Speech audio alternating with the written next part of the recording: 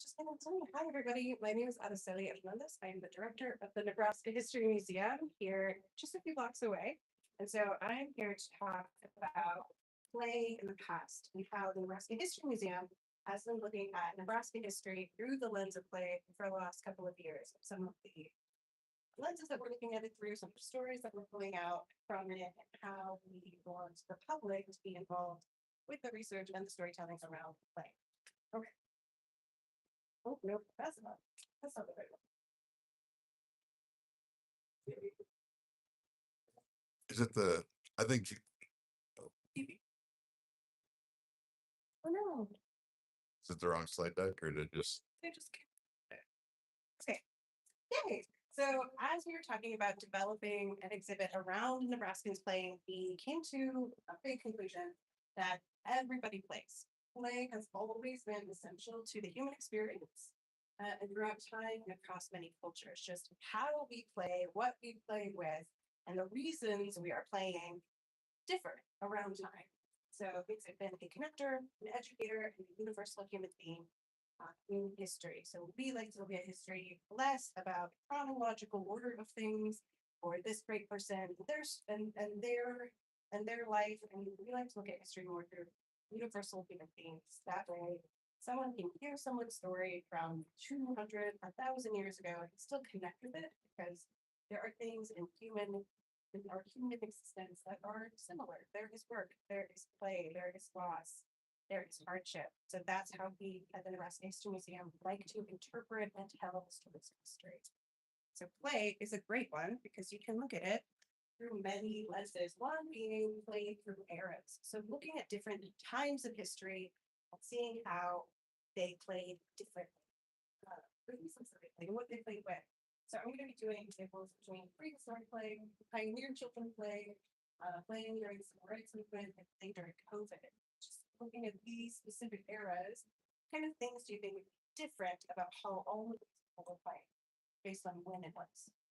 I think major differences. Technology is a huge one.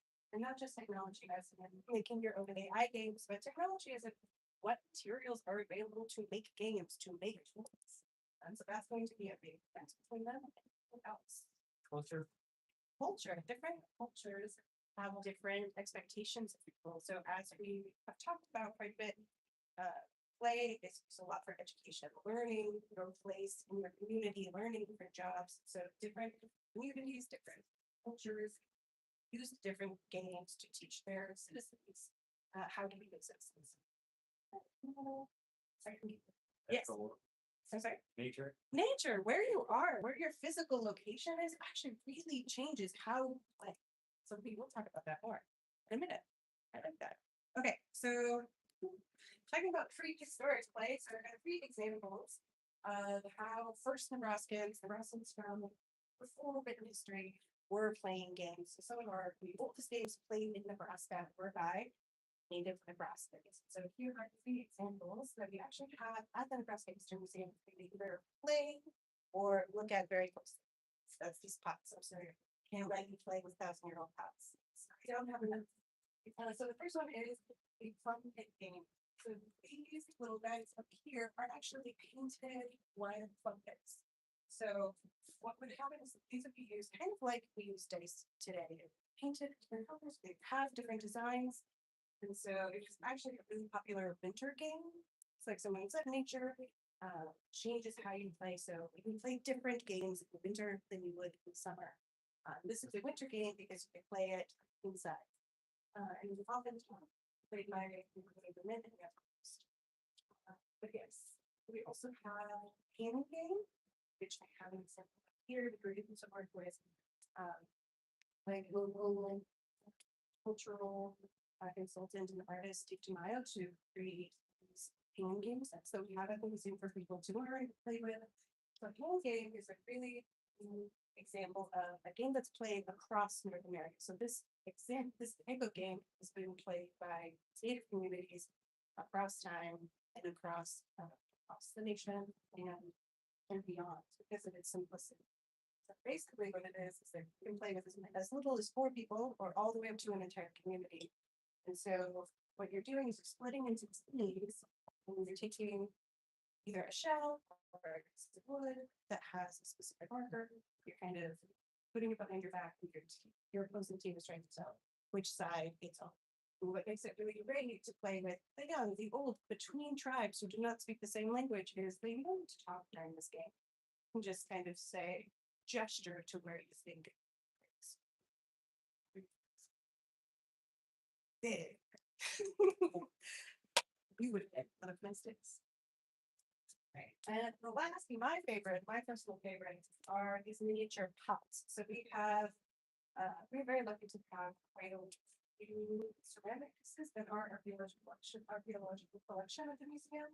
And we have pretty standard, very beautiful sized pots, plates, and bowls. But one that might stick out to you is this big, tiny. And this doesn't do it justice. They're like this big. They see them on display at the History Museum today. A lot of people, for a lot of communities, these are seed pots. So small enough to hold tiny seeds. But archaeologists also believe that some of these pots, tiny pots, were actually tools. So from 1,000 years ago, parents were making their children tools. Are also using them as first art projects for children, and the first foray into ceramics. So we can find a few of those examples. How people were putting. My next era is pioneer play. So as people were coming across on the Oregon Trail, people were homesteading, play looked different. We have examples of, because Nebraska was a huge Oregon Trail through line, have a lot of examples of things that people were very optimistic about taking with them. They're like, I could take this whole chair set, I can do that, and they could not. So a lot of things we have from the Oregon Trail are things that people are jettisoning. Like, I don't need this, I need to survive.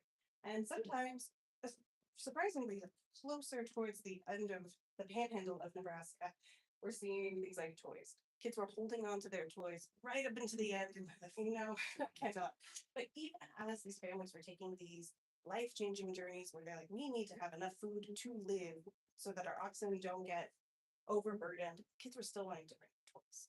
And so play in the pioneer era and in the homesteading era looked a lot different. There wasn't as much access to materials to make toys. There were fewer games. They weren't around other children quite as often, because if you lived on your homestead, you had your siblings in the other homestead so far away. So you couldn't have like a pioneer baseball team, but you could play at school. So this is an example of kids playing at school when they did go to school. Only about 30% of pioneer kids went to school because they were so busy working the land with their families. But this is an example of kids making like the 1910s. Yeah, kids were playing even then. Another example that we have about play is playing in the civil rights era and what that looked like in fighting for the basic human right of play, of leisure. And so some of you might know this location in Kalhorn. Do we have any guesses? It is Peony Park. So Peony Park started out as a gas station and turned into this big amusement park area that had this huge pool with sand beaches. Very cool. And so, as you can completely tell from this picture, who's missing from this picture? Different people. Different people. White. Yeah. So all the way up into 1963, Peony Park, their pool was segregated. People of color, African Americans specifically, could go to the dance hall, they could go to the amusement park, but they could not swim because racism. And so even though the Civil Rights Act of 1964 made it nationally illegal to discriminate against people in other places, Nebraska laws, even before then, didn't allow for the discrimination of Black people, specifically in places like barbershops, inns, public settings, and places of amusement. And so Peony Park used to be excuse that this isn't for amusement, this is for leisure, and that's why we can quite often deny Black people in our communities, even children who are coming from other places to do swim meets, where they were not segregated pools, were not allowed to swim in these pools. And so it actually took a NAACP Youth Action group to peacefully protest for 2 months to desegregate being part. They would come to the park, they would stand outside the gate and wait for the owners to close the park for good and deny everyone entry, losing the benefit. So the community park owners said, well, people won't come, it'll be an economic collapse if we allow Black people into the pool. And so it took them 2 months of losing a bunch of money to say, we're not okay, but we're gonna go bankrupt. And so in July of 1963, it was desegregated and it closed down in 1994.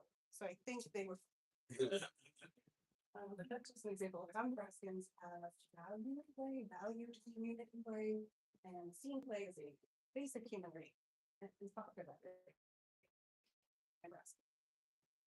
Right.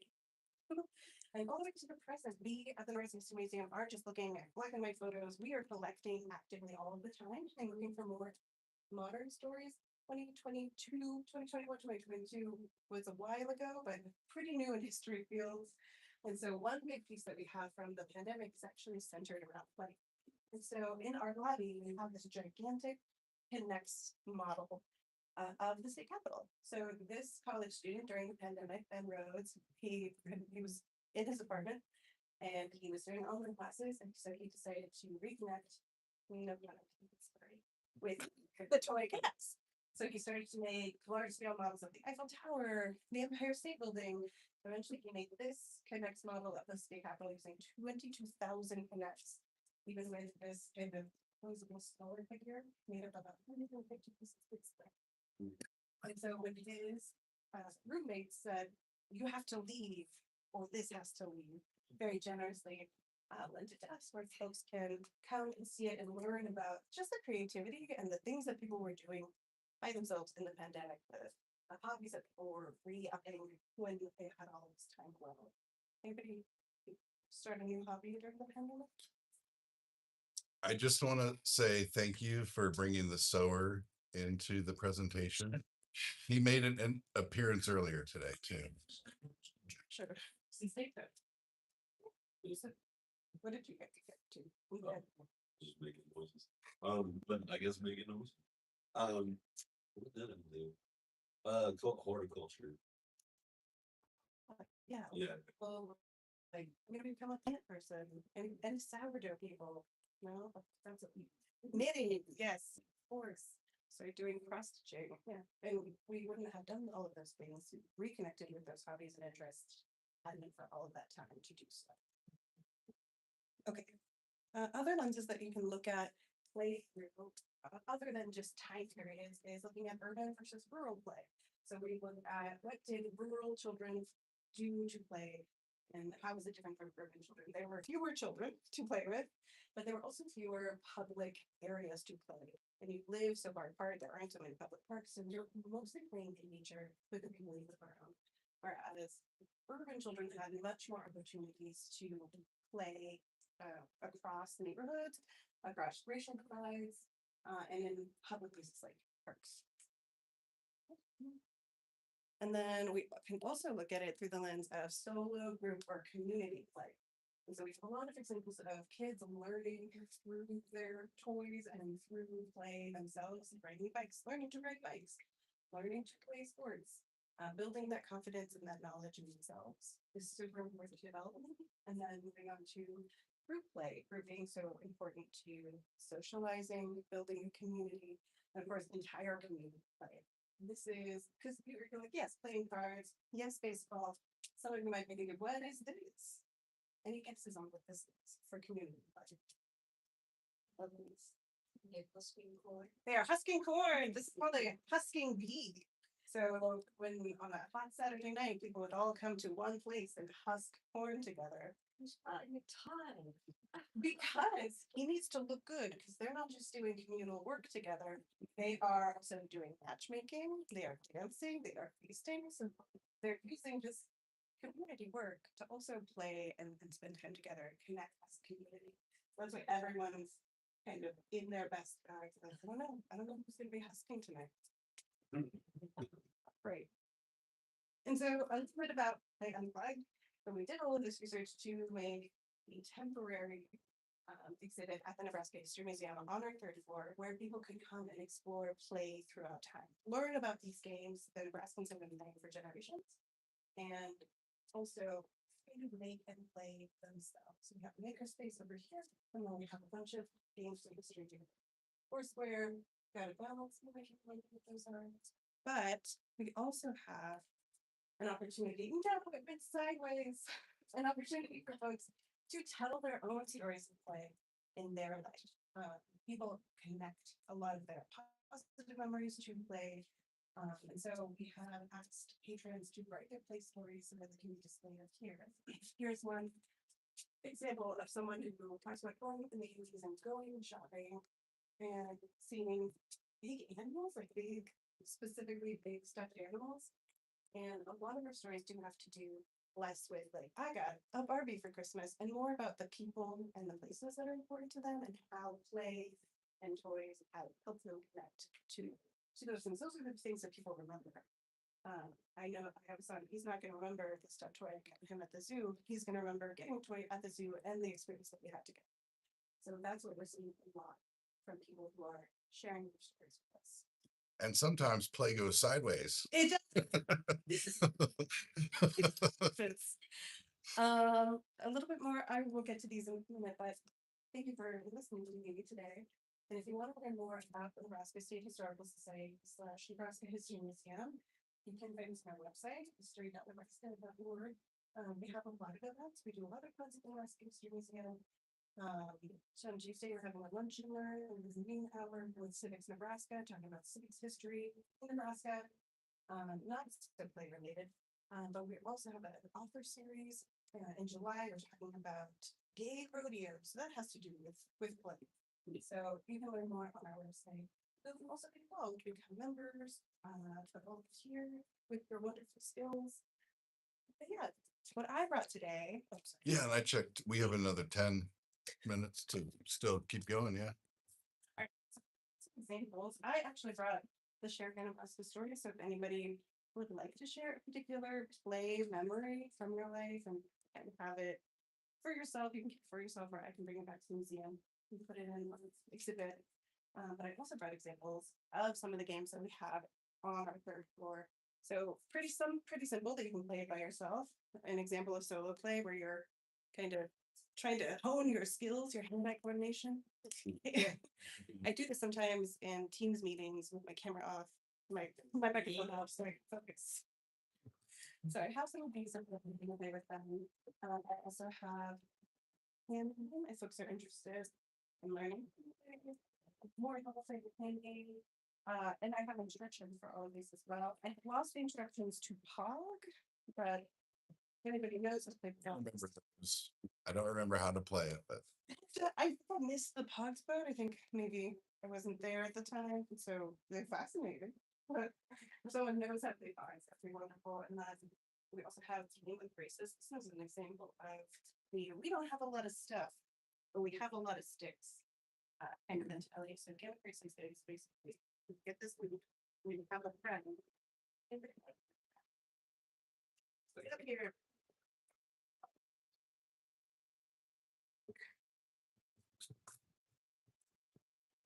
So you get 2 sticks, and I get 2 sticks. And so I use my 2 sticks to pick up this little guy, and I'm gonna fling it in the air to you. You're gonna catch it, right? You're right. Well, I know. I like the psychological. And then you do it, and I catch it. Good enough. Yeah, that is game of braces. Yeah, so I have some things that you can play, some things you can write. Thank you so much for talk to you guys.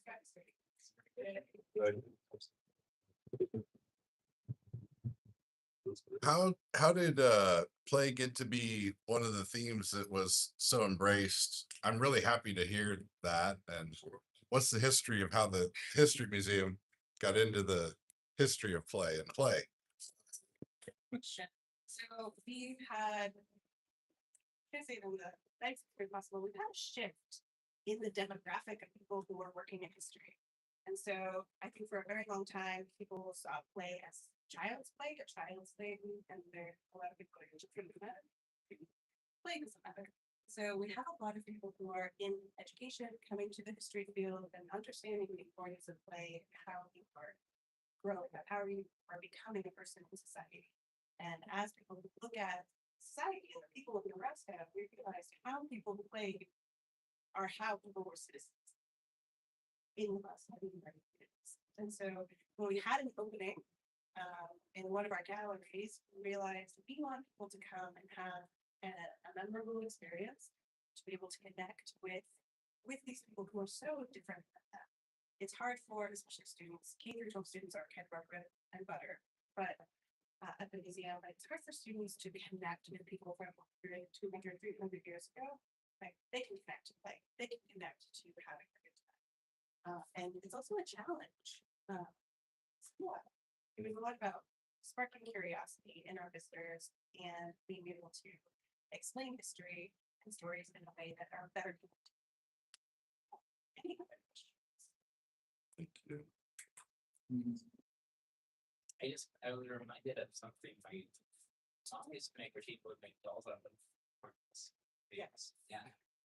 That had a lot of pioneers because they had a lot of corn. And so you can still make a corn husk doll, you just need one big piece of corn, and that's about it. And you might need it. Instead of a ball, you just wrap it around and make like a dress out of harness. Exactly. Yeah. Yeah. People would also play hide the thimble. Which is exactly what you think it is. They would have the thimble, they would have any other toys, and they'd be like, leave our one room home, everybody. I'm gonna hide the thimble somewhere in this one room. And that was the case. Why not? I tried to bring a little, but don't know that. I did. Oh, I wish I would. You just beat your own game. I play like it feels like I'm invited to play hide the remote, but it's never intentional. All right. Thank you so much.